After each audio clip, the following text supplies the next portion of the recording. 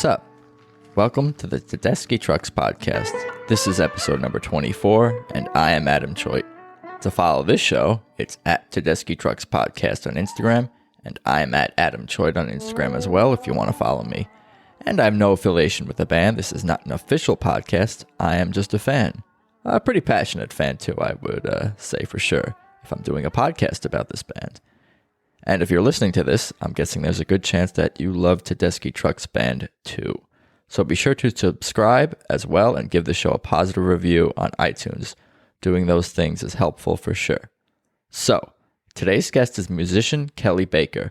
From Phoenix, Arizona to New York, she tells me all about her musical journey as a singer, songwriter, and artist, and as a person.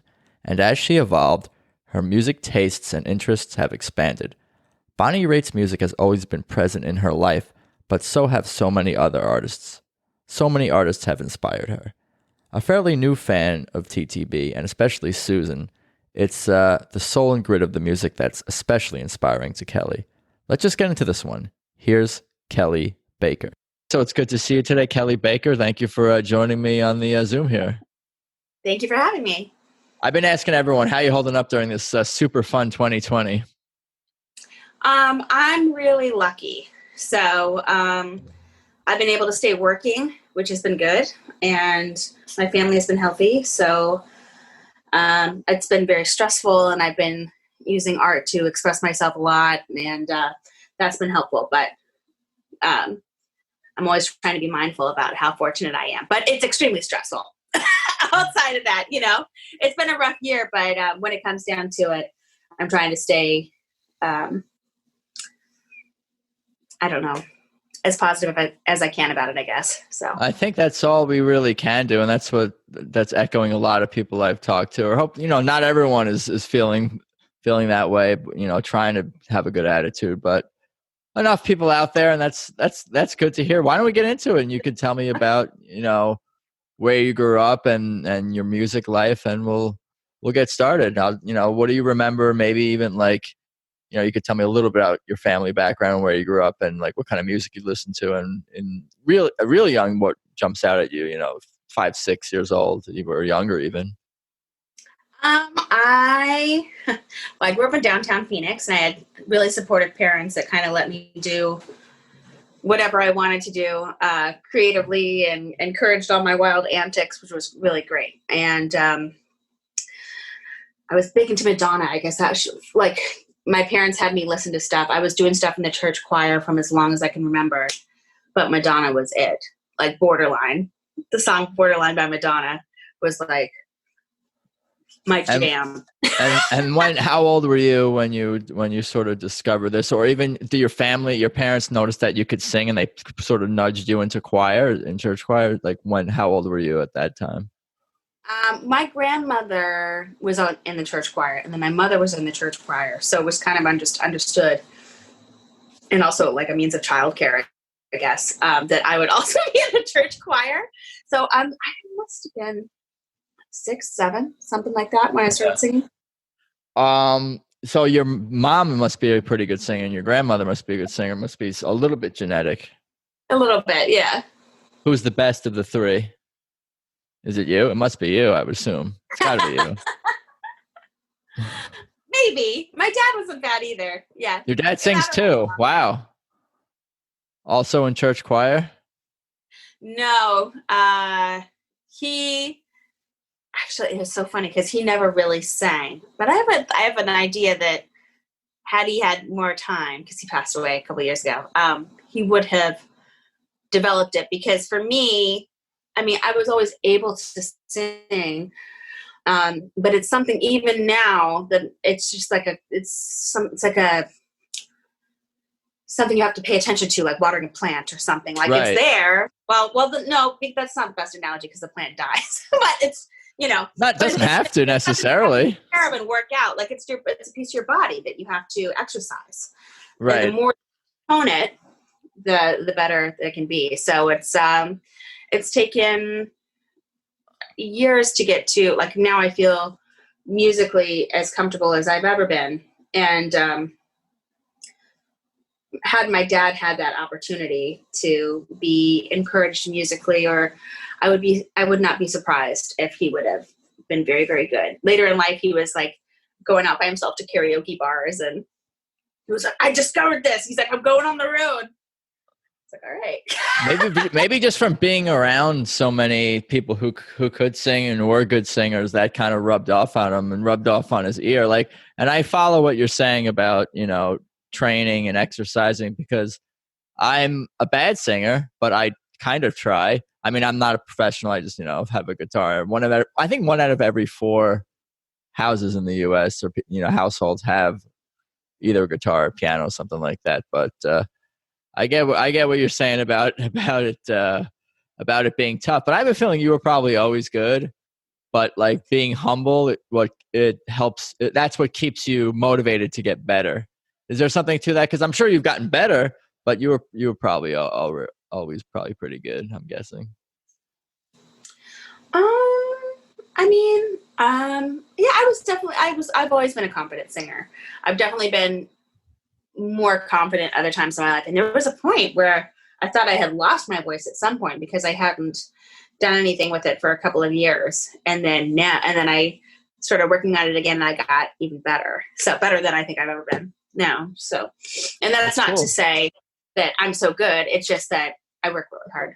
Yeah, tell me more about like when you were a kid, like with your church choir and Madonna. That's kind of where we were at. Where do we kind of go from there? Well, Like a Prayer goes hand in hand. That was in a church. No, I know, but I'm just saying your popular music influences and your. I sang Like a Prayer at the state fair. I think that's the first time I ever really sang. As like a small child. Anyway. What kind of music do you remember listening to when you were 5, 6, 7, 8? Like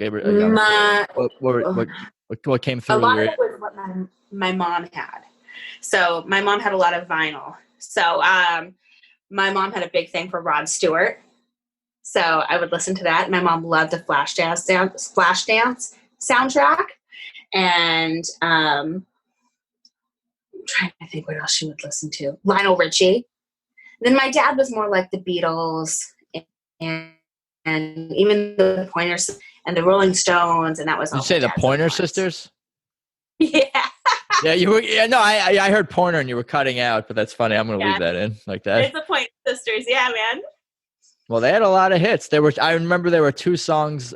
Jump was a hit. 2 different songs. Exactly, in 1984 right? was the #1 hit. Music trivia. There you go. What about your singing? Like, were you singing these different things? Or singing along to the records, or singing Madonna, or like just church stuff? Where did we go? I would be in my room and I would be singing, and then also making up dance moves to all the songs. So like Tiffany, that was another one that I really liked, and she did that song, I think We're Alone Now. And so I was in my bedroom and I'd make up dance moves to a whole song. I actually met her like 6 months ago. We were at a music convention together, and we were in the bathroom at the same time. I got a picture with I almost told her, but I didn't. I was expecting like we met at a convention and we were talking shop and we got into this conversation about music. Then you're like, oh, we crossed paths in the bathroom. Yeah, we were in the bathroom together. Still cool. I appreciate anecdotes like that, even if it's not like a full, intriguing, amazing story or anything like that. It's cool. I mean, I was like looking at her for a minute. I'm like, it's Tiffany. Did you tell her about your dance moves as a kid, like that you did that? I did not, but I got a picture with her. I'll send it to you so you can see it. I'm sure she gets that a lot. That's people dancing to her music and appreciating her music. But I mean, that doesn't get old. I'm sure she loves to hear that. And what about after that? Like where did your music progress, and what were we listening to? So then there was like the cheesy things. There was like I was like into Madonna for whatever, and then I started getting into grunge. So that's when grunge really started hitting. So and then that's really heavily influenced in what I do and what I do now. I really like rock. And so I went to see Soundgarden in Seattle with Chris Cornell. and I saw that it was their Super Unknown tour.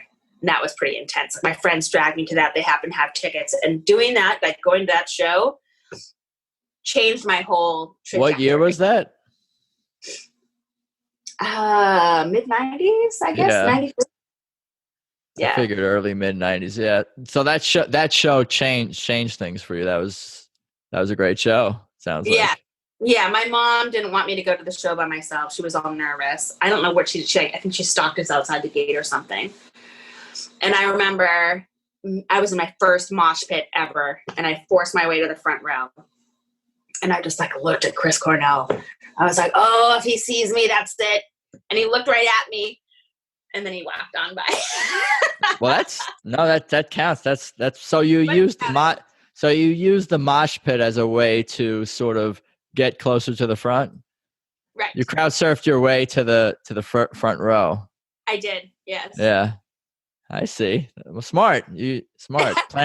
Planning ahead.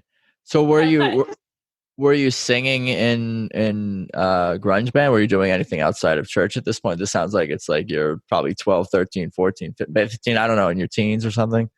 Yeah, early. And then I went to a Christian high school, Christian junior high, Christian high school. So I was raised, I don't know if I was raised really as much religious as I just happened to be in Christian school. I was raised. It's all in Arizona.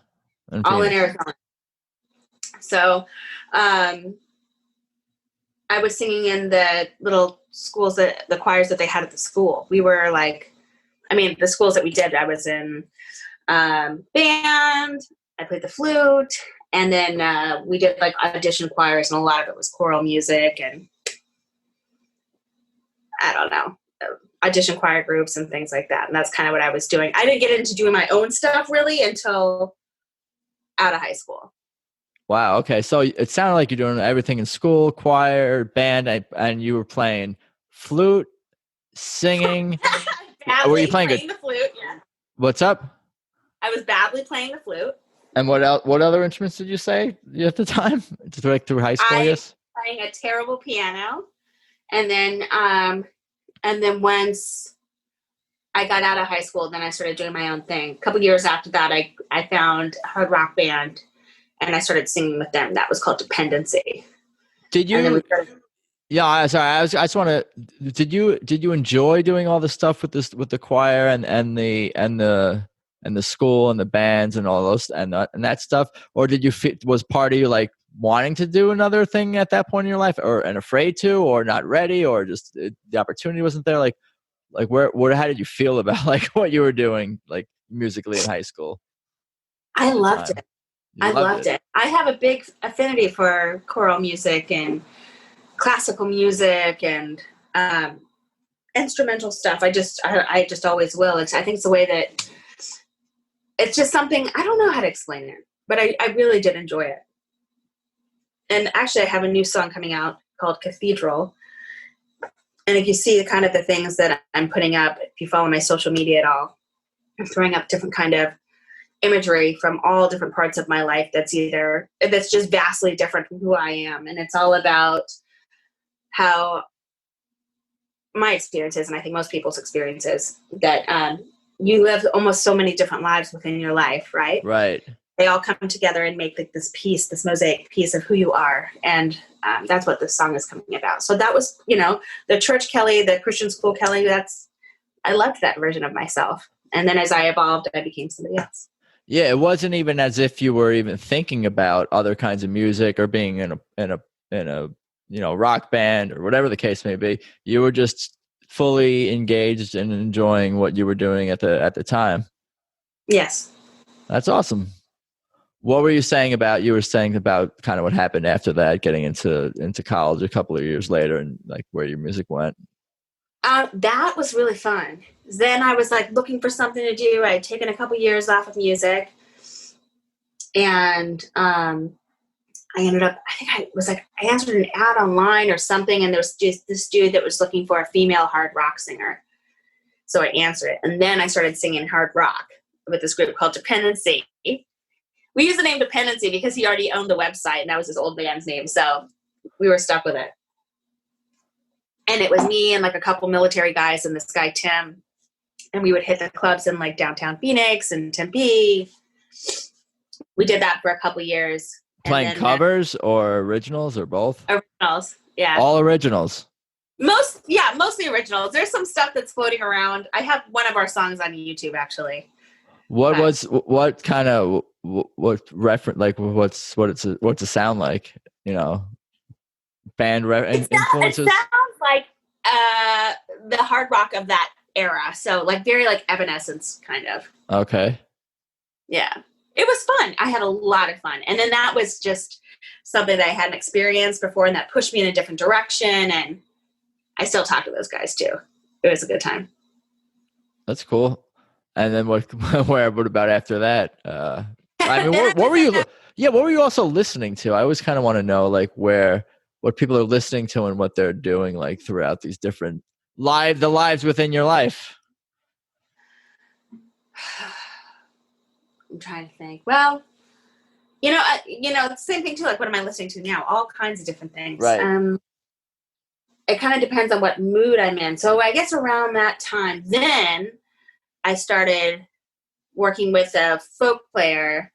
His name was Willie. I met him at an open mic. He's like one of the coolest guitarists I had ever seen. And then we started doing some stuff together, which didn't work out. But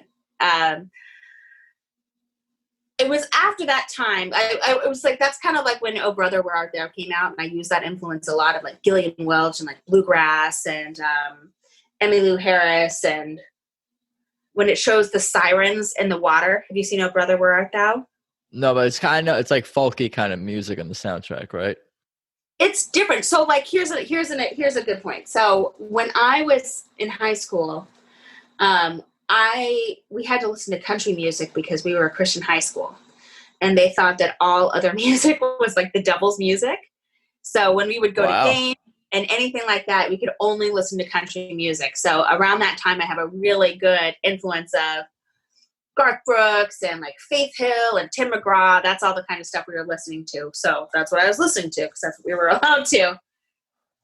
So fast forward a couple years, and then we get exposed to a different kinds of more like a roots country.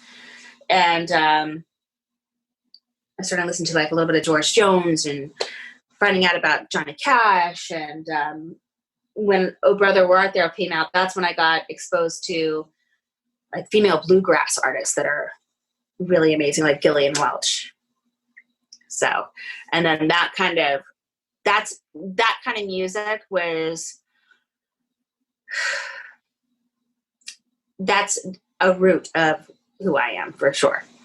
It sounds like you're like a sponge for music and different kind of music, and you're open to loving different kinds of music. And I don't know, maybe there's a reason you're discovering the things when you discover them in your life, but at the same time, it feels like you're just kind of open to different possibilities and different kinds of music. I'm open all over the place. Like there was, fast forward, whatever, but I got involved with this group of bikers, and then I started listening to like really hard rock, like Godsmack and tons of Tool, and like that was an interesting time. Yeah, I mean, what about discovering sort of the like Susan and Derek? And we can get into that if that comes later, but fill in the gaps between bikers or between female bluegrass and kind of Susan and Derek and where we are now, I guess. So that's Bonnie Raitt. So that's where Bonnie Raitt comes into play. Bonnie Raitt has been, I guess, in there since like, that was definitely something that my mom introduced to me. Bonnie Raitt came in from when I was a kid, and she's kind of always been around. Always in that part, it's like one of those things that I always kind of came back to. And especially as I started to teach myself the guitar, she's always somebody that I have in mind. So I'm always kind of looking to fill that gap. And I started going to this jam here in New York that I do, that I'm intending to do later. I do every Wednesday anyway. And one of the guys there told me about Susan. And I dated this guy who was like, I want us to be like Derek and Susan. He was an amazing guitar player. So I'm like, let me Figure Wait, this out. what? Wait, what did he say? I want us to be Rewind? like Derek and Susan. Like, I see us like this. I was like, I Yeah. don't really know what that is. And then I started looking into her, and man, she's got an amazing voice. I And was this was, told, like, yeah, I was gonna say, when was this? a year and a half ago, maybe. Yeah. Oh, gotcha. Fairly recent. And when did you move to to New York? 8 years ago. Okay. So well, we'll catch back up to Susan and Derek, but what brought you to New York initially? Where were you, where were you at with your music life at that point, right before you came or whatever? The intention was to always come to New York. And I have a daughter, and I was going to wait until she got a little older, but the timing just came down where it just seemed like, sometimes it's like everything falls and you're like, oh, I have to take this opportunity, or this time is right and I can recognize it. It was one of those Sure. moments. That's and cool. that's what we did. And so I sold everything that I had, and I came across to New York because there were things that needed to change, and she wanted to change, and I had wanted to change for a long time, and the timing was right. My intention here was to get into like music supervision, which I did for a bit of time. But I told myself that I could do like the music supervision thing and appreciate music, but that maybe my season had passed to do it on my own. But then you just realize that's not the case. It's always your season. It can always be your season if you choose it to be. Yeah, life is short. Yeah. I talk to a lot of people who have moments where they're like, oh, I have to pursue this. Now is the time. And it's usually some transition or some opportunity in their life that presents itself that sort of nudges them in that direction. So what happened when you I guess came to New York? Where were you at?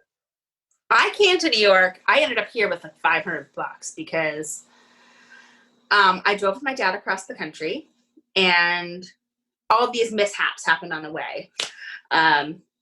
Where like we got robbed and my truck broke down and I sold it for scrap metal. My dad kept saying, it's a sign. It's a sign. You got to go back. Sign that what?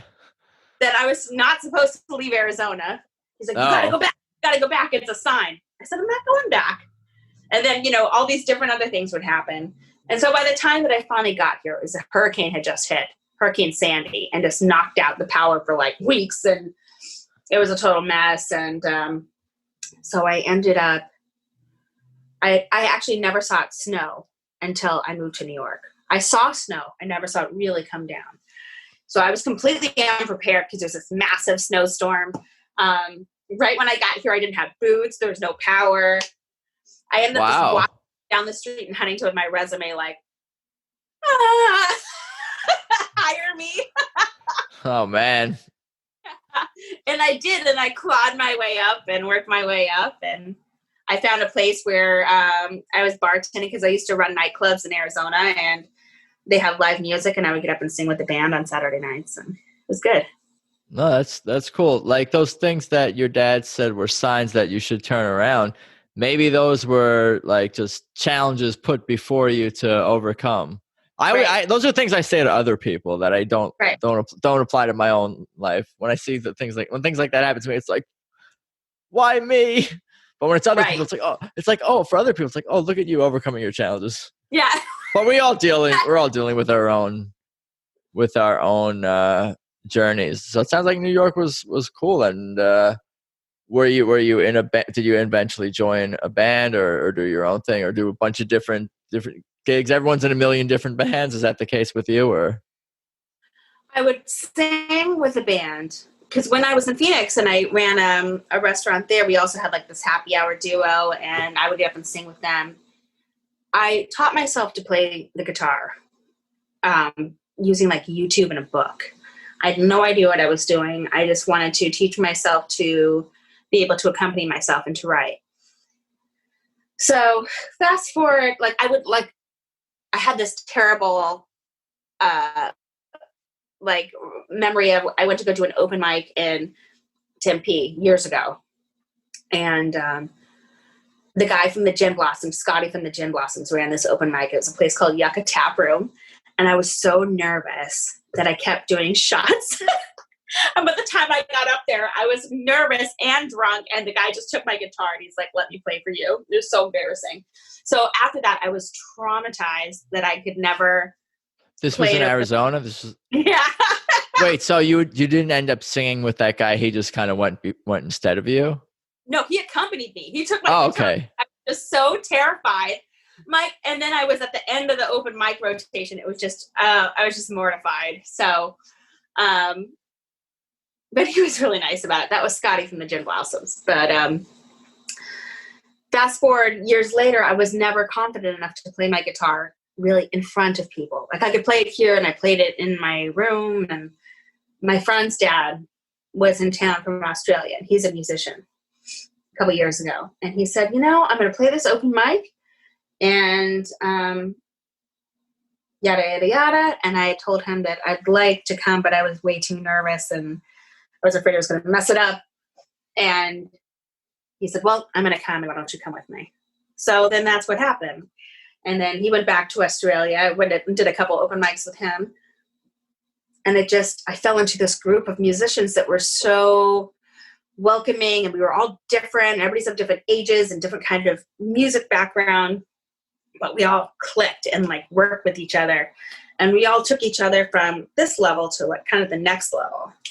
Then I started taking private blues guitar lessons, and I decided I really wanted to throw my energy into this full force, because it's always been who I come back to. This is who I am now. It took me years to figure out that this is exactly what I want to do. And now it's like, there's no stopping me, really. It's just, that's great. This is just what I'm doing. There's no like, oh, I'm going to do this. It's like, no, I'm just doing this now. No matter what happens, I don't, I am doing it. So that's just it. Yeah, between Bonnie Raitt, like influence kind of like always there in your whole life, and then discovering Susan, that covers a lot of genres and different kinds of music unto itself. Tell me more about it was one of your music friends or a bandmate who turned you on to Susan initially. Was it the guy who said we're going to be like Susan and Derek, or was that someone else? No, that was a guy, David, who's an amazing guitarist. But I stumbled into this jam. Again, it's like, once I started hitting this open mic, all of a sudden I tapped into this whole level of like friends and musicians. And since then it's been like, just doors opening of really interesting people and talented people around New York. So, I ended up at this jam in Oyster Bay. This really talented drummer runs it. And one of the guys who does the acoustic guitar there, everybody can go up and sing and do whatever. He's like, you have to check out Susan. And what she does live, he's like, what she does live, because he's a music teacher, is just what I hear in my head, like how it should go. And when she just hits it, it's like, yes. So I started listening to her.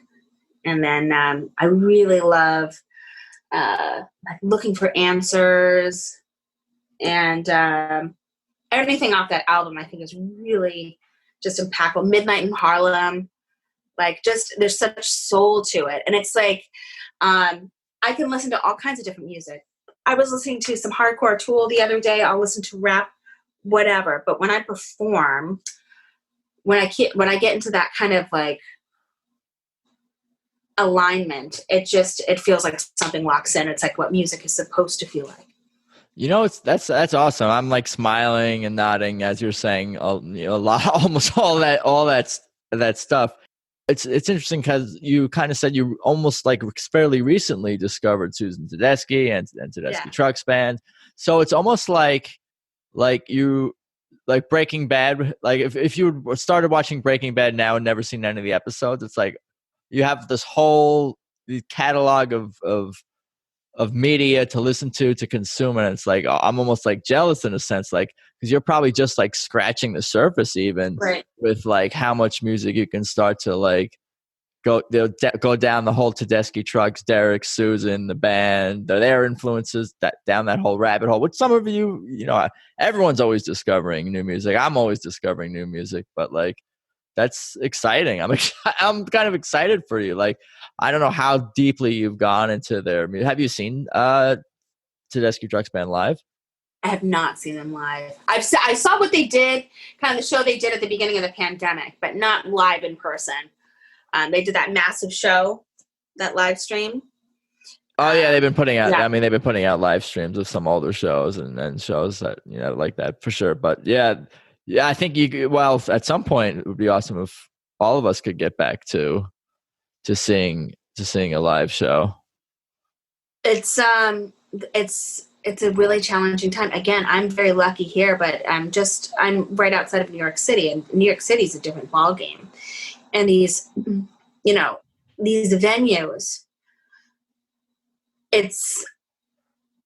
how do we save these venues? They're starting to kind of close around here, and I feel like music is it's just an important part of the human experience, and we can't let anything happen to it. There's so much emotion in there that, even if you can't write and perform it, you can listen to it, and it brings up the emotion that you need to feel to deal with things. It's such a healing thing. So that's very important to me, is how to save our stages, how to save the music experience, and what we're going to do going forward, Yeah, it's hard times. I think it'll all come back. Culture will come back at some point. Yeah. Oh man, what would you say to Susan if you had time to maybe not even just see her in passing, but like sit down and have a conversation with her? Like, what kind of things would you imagine you'd talk to her about? Would it be life stuff, music stuff? How do you think that conversation might go?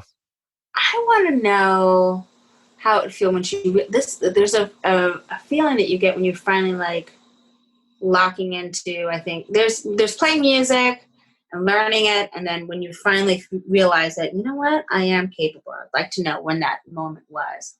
She is such a powerful performer and has such presence, and there's definitely confidence behind there. So I'd like to know how that story came about and what her background was like. Yeah, you don't have a voice like that without a story behind it. Yeah. Yeah, I've never heard her like miss a note. I've heard her miss lyrics and like maybe come in a little later or whatever, things like that. But like I've never heard her like when she's like ready to be singing in the moment or whatever and is like present, like miss a note. Not just not miss a note, like sing it the way it's meant to be sung, with feeling and power when needed, or whatever the case may be. Like soul behind it. Yeah. But there's also like a precision to what she does. It's beyond soul, because like if people sing with soul doesn't mean I don't know. She's just skilled. It's very true. Yeah. Yeah. I'm impressed. I miss them. I miss seeing. Just even if I'm not going to their shows myself, just the new stuff that's comes out on the archives and whatnot. I miss the music. Another one that's really good, I'm so bummed that I miss now, is St. Paul and the Broken Bones. I don't know if you follow them or not. That's another, like, God, they're freaking good. It's almost kind of in the same lane. You know what I mean? If like, I don't know, of just that. You're shaking your fist. It's just got that heart and that grit to it. You know what I mean? Sure. That's it. The grit. Like, I like the grit and the dirt and like the emotion to be behind it. And I had tickets to see them at the Brooklyn Bowl right before the pandemic. And I ended up getting so sick and I had to skip it. And I was so bummed. And now it's like, when am I going to see them? I don't know. I hope we can get back to finding a way soon. Yeah, for sure. How's the guitar playing going? And what would you say about, like, what are the biggest challenges for you trying to play guitar? Are you still mostly focused on just learning songs and chords and things like that and trying to accompany yourself? Are you playing slide guitar like Bonnie Raitt? I do. Sometimes I do. I wouldn't say I play very well, but I do play a slide. That was the next thing. I went from a crappy acoustic guitar to a better acoustic guitar, and then I bought a Les Paul. I decided to treat myself to an electric guitar. There you go. And then started taking the private lessons. And then the trickiest thing is, as I said, I taught myself with like YouTube and like books. I think I had guitar playing for dummies and trying to figure it out. You're the same stuff as me, yeah. All that stuff. YouTube and books and chords and just charts and anything, everything. But the thing is, if you don't have somebody in front of you saying, do it this way, I taught myself a lot of wrong things, and it went probably like a couple months into my guitar teaching when I started actually working with an instructor. I had to unlearn all of that crap and then relearn the right way. And that was a big challenge. But my goal now is I want it to be like a language that I'm fluent in. So when I'm writing or I'm playing, I don't have to think about it as much, which, acoustically I'm there, but if I want to play like a lot of electric and stuff, I've got a little work to go. But Yeah. I gotcha. It's fun though. Any other instruments? No, the flute fell out of my closet today because I was pulling out old photo albums for that cathedral thing I was telling you about. It's a sign. And the flute fell onto my head. Yeah. That's definitely a sign. I don't know what a sign of what, but I guess that you should play it. Or yeah. I was like, oh, there it is. Yeah. There's probably too many things on that shelf. Too many items on the closet shelf. Cool. Well, I definitely appreciate you sharing your journey with me. Like that's it's been eye-opening.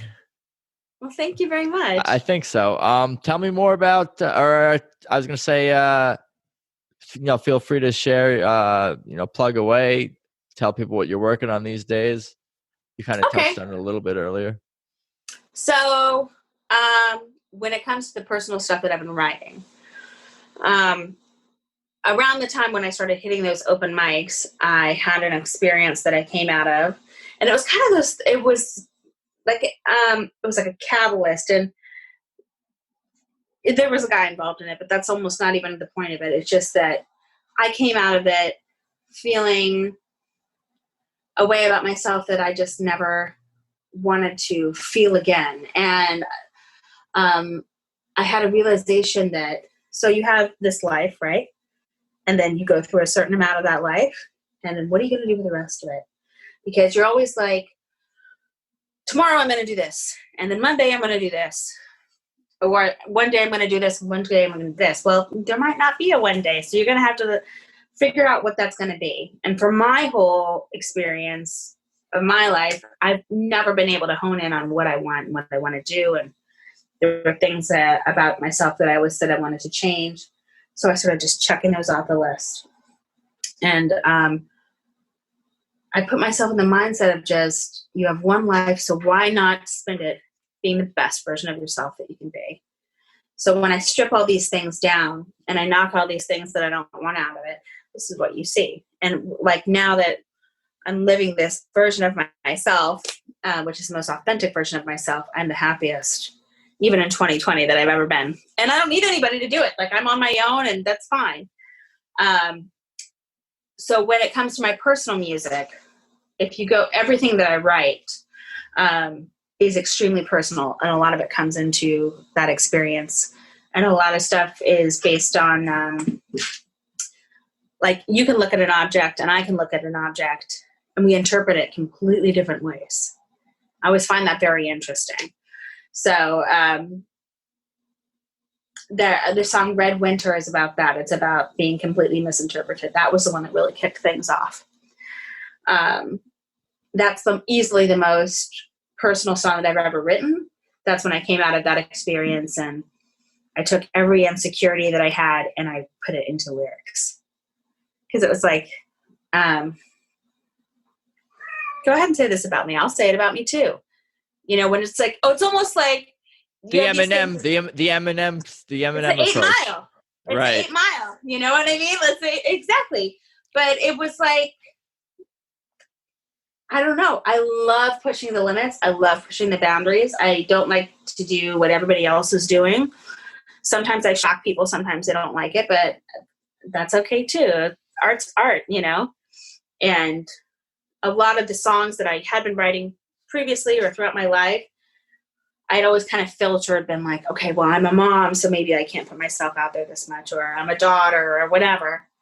No, I don't care, because nobody wants to, you know, art is you got to put your real whole self into it. So I put all the ugly things into it. I don't care. And it's been good. That's awesome. No, that's authentic. You can use that word too as as well before. Where can people find and follow you? So I put a lot of stuff on Instagram. That's kind of my main hangout, but I'm also on YouTube. I have a Facebook page. That's Kelli Baker Music. My Instagram is Kelli Baker Music, Kelli. I have the new song Cathedral that's releasing October 2nd.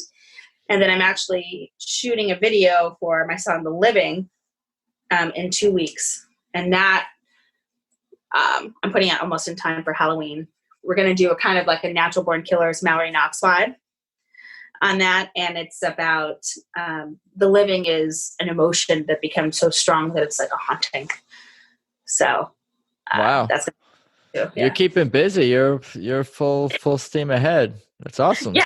And I work full time, so I'm always just like shooting coffee, and I'm like, "All right, what's up, guys? Here we are." So yeah, you're definitely high energy. You're making me. I'm ready to go run a marathon maybe tomorrow. Like, what am I gonna do today? What's why up? Why am I so burnt out? Then I'm like, why am I so tired and burnt out? Why are you crashing? Yeah, it's all just a cycle. Just hopefully not a vicious one.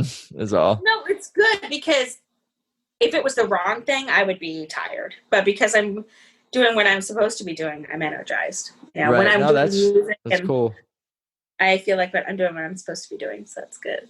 That's awesome. Well, again, I appreciate your time and your story and the music, and I'm looking forward to checking out more of it and more of it in the future. I'll let you enjoy the rest of your evening because I know you're on East Coast time. But thank you so much. Thank you for having me. I really appreciate it. Oh, for sure. Oh, you got it. Talk soon. All right. I'll talk to you later. Later. So there you go. My conversation with Kelli Baker. I really appreciate her taking the time and for sharing her story. I connected to so many aspects of it, to be honest. Anyway, for now, hope everyone out there is hanging in there during this super fun 2020. Check out Tedeschi Trucks Podcast on Instagram. That's at Tedeschi Trucks Podcast. And of course, remember to tap subscribe or follow on iTunes, Spotify, or via whichever way you listen to the show. And again, positive reviews on iTunes are greatly appreciated. But I think that's about all I got for today. And again, thanks for listening. You guys are cool. Later.